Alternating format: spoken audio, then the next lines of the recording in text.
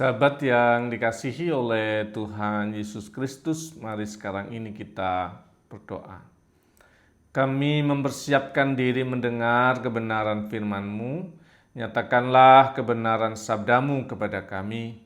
Kami mohon dalam nama Bapa, Putra, dan Roh Kudus. Amin. Sabda Tuhan terambil dari 1 Petrus 5 ayat yang pertama dan yang kedua. Aku menasihatkan para penatua di antara kamu. Aku sebagai teman penatua dan saksi penderitaan Kristus yang juga akan mendapat bagian dalam kemuliaan yang akan dinyatakan. Gembalakanlah kawanan domba Allah yang ada padamu, jangan dengan paksa, tetapi dengan sukarela sesuai dengan kehendak Allah, dan jangan karena mau mencari keuntungan, tetapi dengan pengabdian diri. Sahabat yang dikasihi oleh Tuhan Yesus Kristus, kalau di gereja gitu ya, ada pendeta, ada penatua, ada diaken, mana yang lebih tinggi? Adakah yang merasa penatua lebih tinggi daripada diaken? Kadang-kadang begitu. Ketika seseorang ditaros jadi majelis dan kemudian ditaros jadi penatua atau diaken, rasa-rasanya kalau masih muda diaken, nanti kalau sudah senior jadi penatua, begitu ya. Dan kadang-kadang juga merasa bahwa pendeta itu lebih tinggi daripada penatua atau diaken. Gitu. Oke, itu situasi yang terjadi kadang-kadang. Sesungguhnya mereka, penatua, pendeta, diaken itu kolektif kolegial dengan kesejajaran dengan tugas yang berbeda-beda. Nah sekarang kalau seandainya ada rasul-rasul, 12 rasul,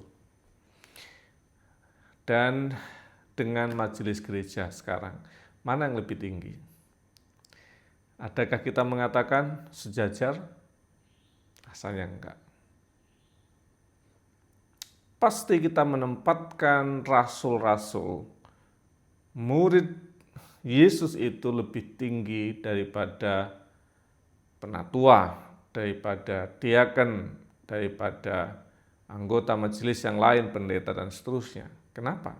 Karena rasul.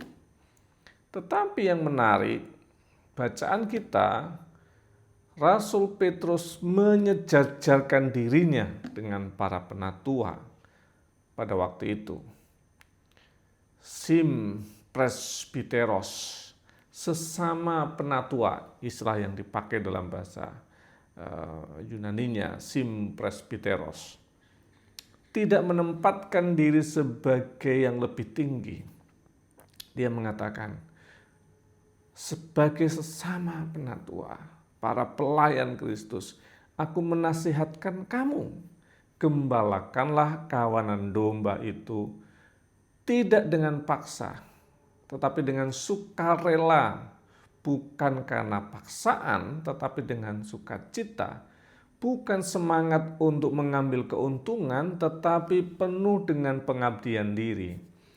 Dan ini penting menjadi cara hidup kita di dalam bersikap terhadap orang lain.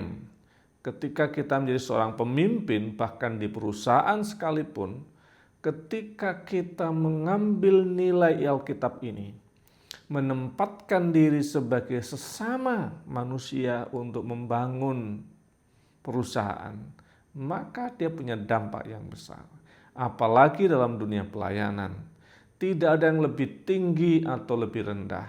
Jika ada terstruktur itu, misalkan ketua majelis, dia adalah penanggung jawab yang lebih luas dan lebih besar dalam rangka mengelola pelayanan. Tidak lebih tinggi atau lebih rendah yang lainnya. Kalau ada jabatan gerejawi sampai bahkan mungkin level ketua sinode misalkan, ya, dia tidak lebih tinggi daripada penatua, diaken dan pendeta yang lain.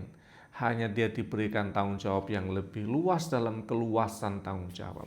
Tidak lebih tinggi, tidak juga lebih rendah. Maka kita punya cara berpikir dalam pengelolaan hidup kita. Apapun yang Tuhan percayakan pada kita. Jadikan setiap orang adalah sahabat sesama yang sedang berjalan untuk kemuliaan nama Tuhan. Apapun posisinya, apapun jabatan dan kedudukannya, semuanya adalah sahabat sejajar di hadapan Tuhan. Kiranya Tuhan memberkati. Amin. Mari kita berdoa. Bapa kami yang di surga, dikuduskanlah namamu, datanglah kerajaanmu, jadilah kehendak-Mu di bumi seperti di surga. Berikanlah kami pada hari ini makanan kami yang secukupnya. Dan ampunilah kami akan kesalahan kami, seperti kami juga mengampuni orang bersalah pada kami.